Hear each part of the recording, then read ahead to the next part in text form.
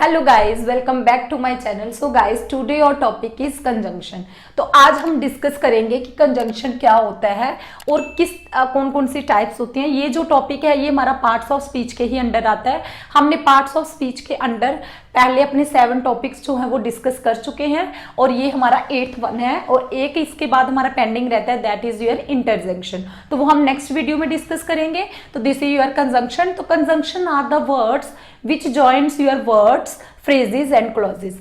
Conjunction वो वाले words होते हैं जो किसको ज्वाइन करते हैं, आपके क्लॉजेस को ज्वाइन करते हैं, आपके फ्रेजेस को ज्वाइन करते हैं और आपके वर्ड्स को, डिफरेंट 2-3 वर्ड्स को भी आपके ज्वाइन कर सकते हैं। उनको हम कंजंक्शंस बोलते हैं। ठीक है, अब उसके बाद वो कहता है कंजंक्शन को आप शॉर्ट में क्या बोल सकते हैं, ज्वाइनिंग वर्ड्स भी बोल सकते हैं, कनेक्टर भी बोल सकते हैं, लिंकर्स भी बोल सकते हैं, क्योंकि ये लिंक करते हैं आपके दो वर्ड्स को।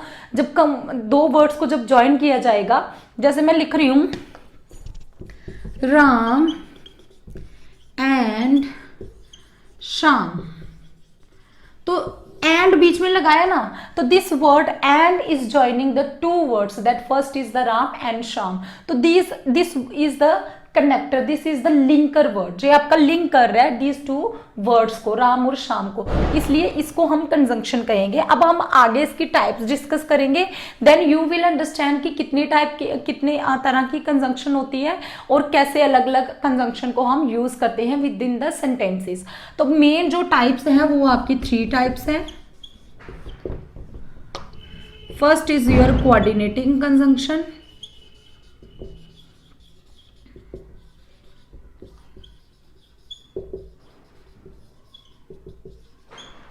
second is your subordinating conjunction,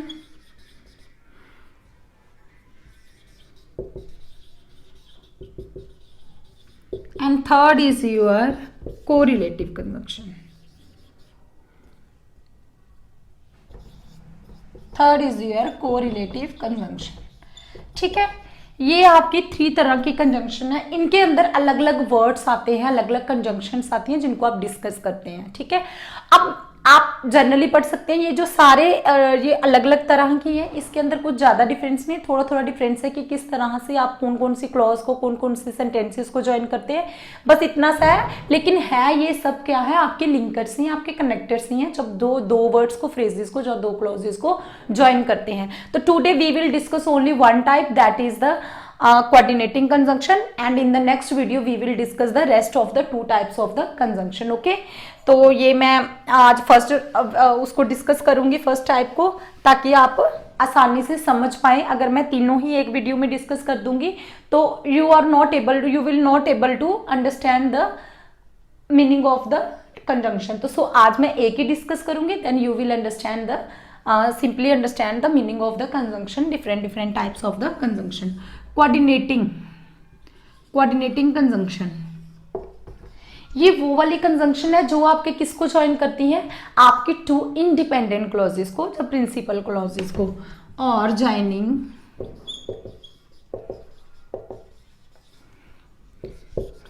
2 or more independent, और इंडिपेंडेंट क्लॉज को आप अपनी और principal clause,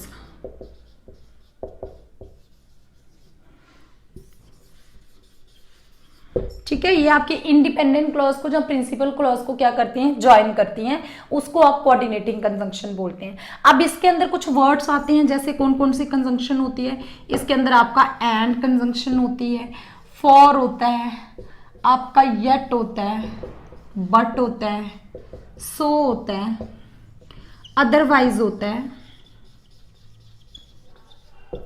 as well as होता है, एट एक्स्ट्रा और भी होती है।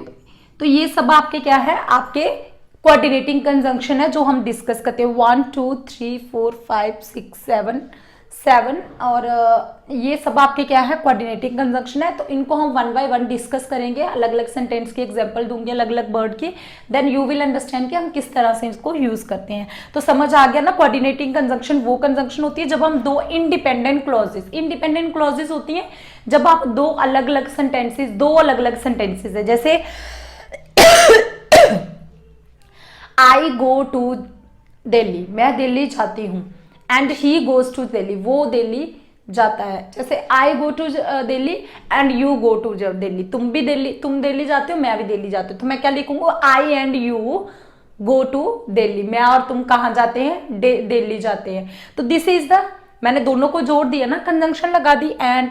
इस तरह से हम सेंटेंसेस फ्रेम करेंगे। तो मैं डिफरेंट भी यूज कर सकती हूँ, लेकिन मैं ये क्या करता है, आपके सेंटेंस को मिनिमाइज कर देता है, शॉर्ट कर देता है, लेकिन सेंस वही रहती है।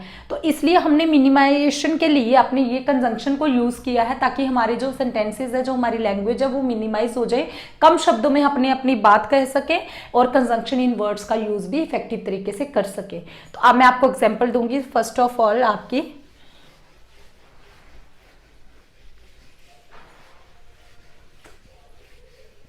एंड के एग्जाम्पल दे रही हूं, ठीक है। एंड की, जैसे आप बोलते हो, जैसे he bought pen, full stop, he bought pencil, उसने क्या खरीदी, पेन खरीदी, उसने पेंसिल खरीदी। अब मैं इसको सेम लिख दूं, ही बॉट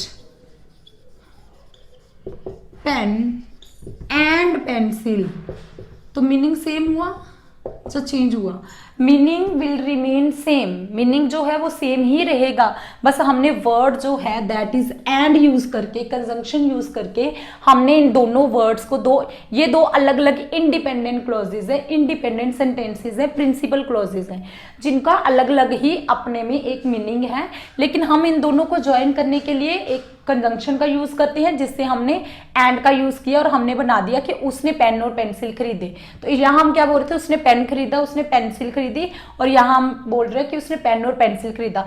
दोनों सेंटेंसेस का जो मीनिंग है वो सेम ही है, बस हमने इसको मिनिमाइज कर दिया कंजंक्शन को लगा के, ठीक है। ये एंड हो गया। अब आपका बट का मैं लगाती हूं, जैसे he is intelligent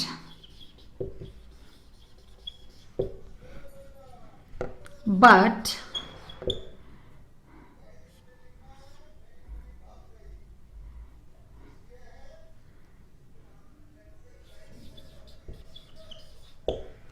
वो इंटेलिजेंट है लेकिन लेजी है, ठीक है। ही इज इंटेलिजेंट, वो क्या है, आपका इंटेलिजेंट है, अच्छा है पढ़ने में, लेकिन वो क्या है, लेजी है, बट लेजी है।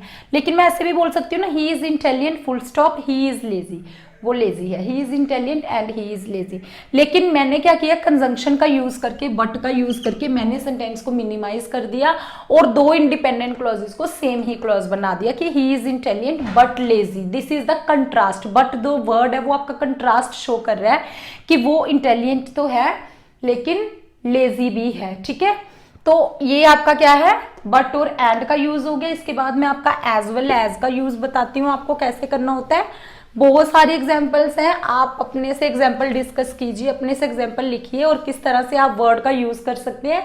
एटलीस्ट घर में सेंटेंसेस बनाइए, देन यू विल अंडरस्टैंड कि किस तरह से हम इन वर्ड्स को यूज कर सकते हैं और कनेक्ट कर सकते हैं। जैसे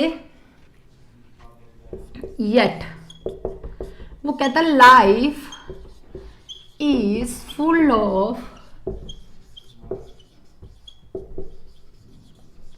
troubles yet none wants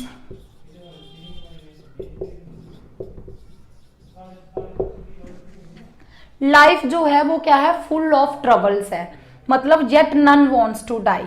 ऐसे भी आ सकता है नन वॉन्ट्स टू डाई, कोई भी मरना नहीं चाहता है। This is the other sentence, life is full of troubles, ये आपका अदर सेंटेंस हो गया। तो मैं बोल रही हूँ life is full of troubles, life जो है वो क्या है, फुल ऑफ ट्रबल्स है, मतलब मुश्किलों से भरी हुई है। जेट, तब भी नन वॉन्ट्स टू डाई, तब भी कोई मरना नहीं चाहता है, ठीक है। नन वॉन्ट्स टू डाई, कोई भी मरना, नन वॉन्ट्स टू डाई, कोई भी मरना नहीं चाहता है। तो ये क्या आ रहा है कि लाइफ जो है वो फुल ऑफ ट्रबल्स है, नन कोई wants to die, none wants to die।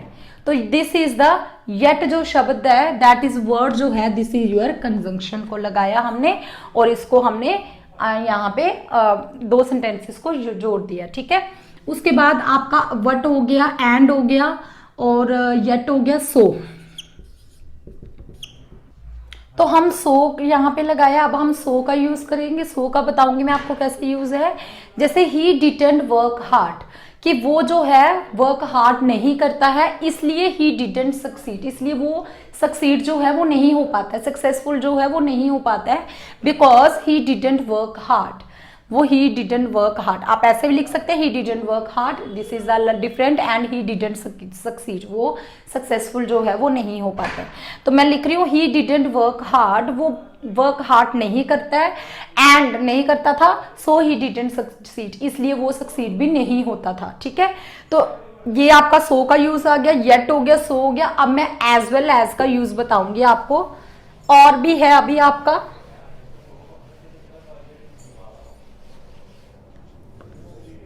और आ गया। जैसे ये आपकी चॉइस के लिए, विल यू टेक,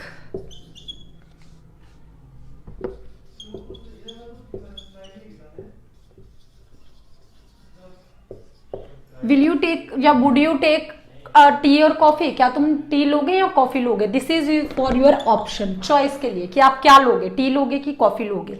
तो ये आपका और का यूज करते हैं हम, वो या वो, एक चीज ये वाली या वो वाली, तो ये आप और का इस तरीके से यूज किया जाता है आपकी चॉइस के लिए। तो ये भी कंजंक्शन है, मैं अलग अलग भी पूछ सकती हूँ, विल यू टेक कॉफी, अलग से पूछो विल यू टेक टी, तो लेकिन मैंने क्या पूछा, विल यू टेक टी और कॉफी, क्या तुम टी लोगे या कॉफी लोगे।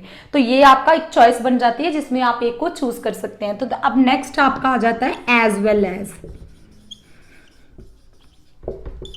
ठीक है, एज वेल एज, जैसे Ram as well as Shyam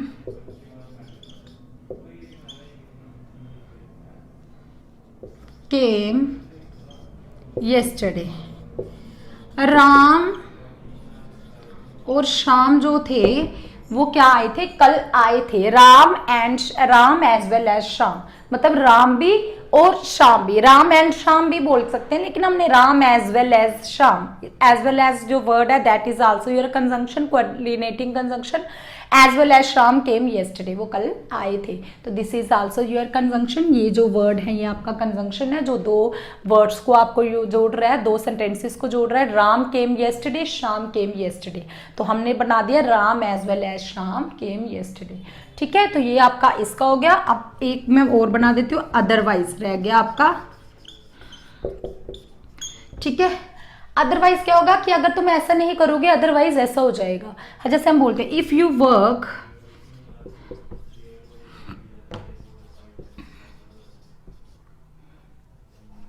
if you don't work hard, नहीं,